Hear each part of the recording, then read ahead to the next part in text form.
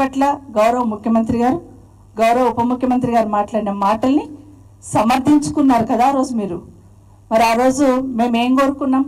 ఎవరైనా ఫ్లోలో తప్పుగా మాట్లాడుతుంటారు, కనీసం స్పందించండి ముఖ్యమంత్రి గారు, స్పందించండి ఉప ముఖ్యమంత్రి గారు అని అడిగాం. కానీ ఏం చేశారు? కనీసం మాట్లాడకపోగా నెక్స్ట్ డే మేము 4:30 గంటలు మహిళలో నిల్చున్నా కూడా మాకు మాట్లాడే అవకాశం ఇవ్వకుండా మళ్ళీ అవాకులు చవాకులు పెరిగే ప్రయత్నం చేస్తున్నారు. ఇది రాష్ట్రంలో అందరు చూస్తున్నారు కదా. మరి నిజంగానే ఈరోజు మాట తప్పు దొలిరిందని చెప్పి ఇమీడియట్గా కేటీఆర్ గారు స్పందించిన సంస్కారం ఎక్కడ? 4 గంటలు నిల్చుంటే 4:30 గంటలు మేము మహిళా ఎమ్మెల్యేలము మాట్లాడుకున్న అసెంబ్లీలో నిల్చొని ఉంటే కనీసం స్పందించడం కాదు కదా, ముఖ్యమంత్రి గారు మిగతా వాళ్ళు రాక్షసానందం పొందారు అక్కడ. నిజంగా చాలా బాధ అనిపించింది. అంతసేపు నిల్చొని ఉంటే కనీసం మాట్లాడడానికి అవకాశం ఇవ్వకుండా, కనీసం పొరపాటు జరిగిందో లేదా మాటలో దొల్లినమానో కాకుండా ఏం మాట్లాడారు అనేది ఖచ్చితంగా ఈరోజు సంస్కారవంతులు ఎవరు, సంస్కారవంతంగా ఎవరు ప్రవర్తించారనేది రాష్ట్రంలో ఉన్న ప్రజలందరూ గమనించున్నారు. నిజంగానే సంస్కారవంతంగా మాట్లాడిన మాటలు ఎవరు మాట్లాడున్నారు, సంస్కారం తప్పి ఏ విధంగా ప్రవర్తించున్నారు అనేది ఈరోజు రాష్ట్ర ప్రజలందరికీ తెలిసింది.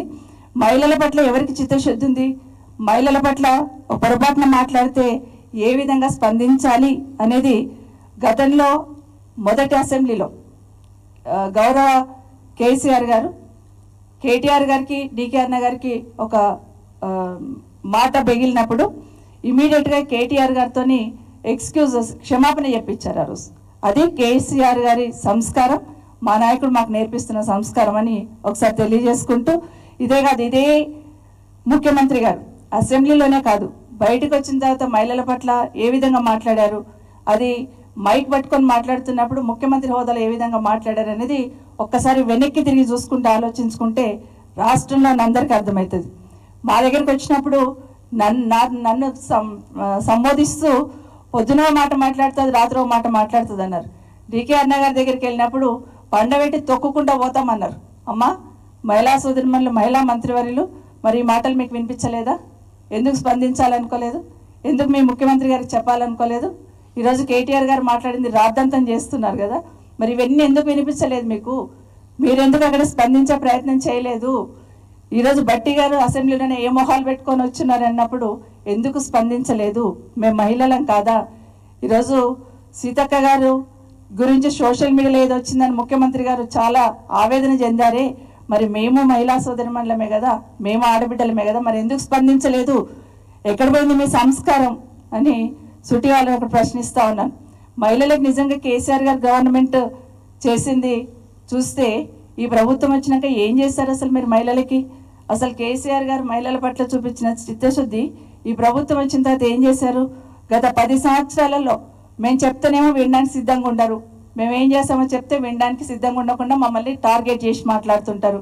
ఈరోజు కేసీఆర్ గారు 10 సంవత్సరాల్లో ఆశాలకి అందరు మహిళా సోదరిమణులే ఉంటారు, శాలరీస్ పెంచున్నాం, అంగన్వాడీ సోదరిమణులకి శాలరీస్ పెంచున్నాం, ఆర్పీలకి వాళ్ళకి హానోరియం ఇచ్చున్నాం, వివోఏలకి కూడా వాళ్ళు మహిళా సోదరిమణులే వాళ్ళకి ఇచ్చున్నాం.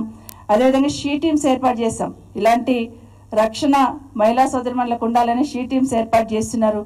వీహబ్ అనేది చదువుకున్న అమ్మాయిలు ఖచ్చితంగా వ్యాపారంగా ఎదగాలి, పారిశ్రామికంగా ఆలోచించి కేటీఆర్ గారు గౌరవ కేసీఆర్ గారు ఆదేశంతో వీహబ్ని ఏర్పాటు చేయడం జరిగింది.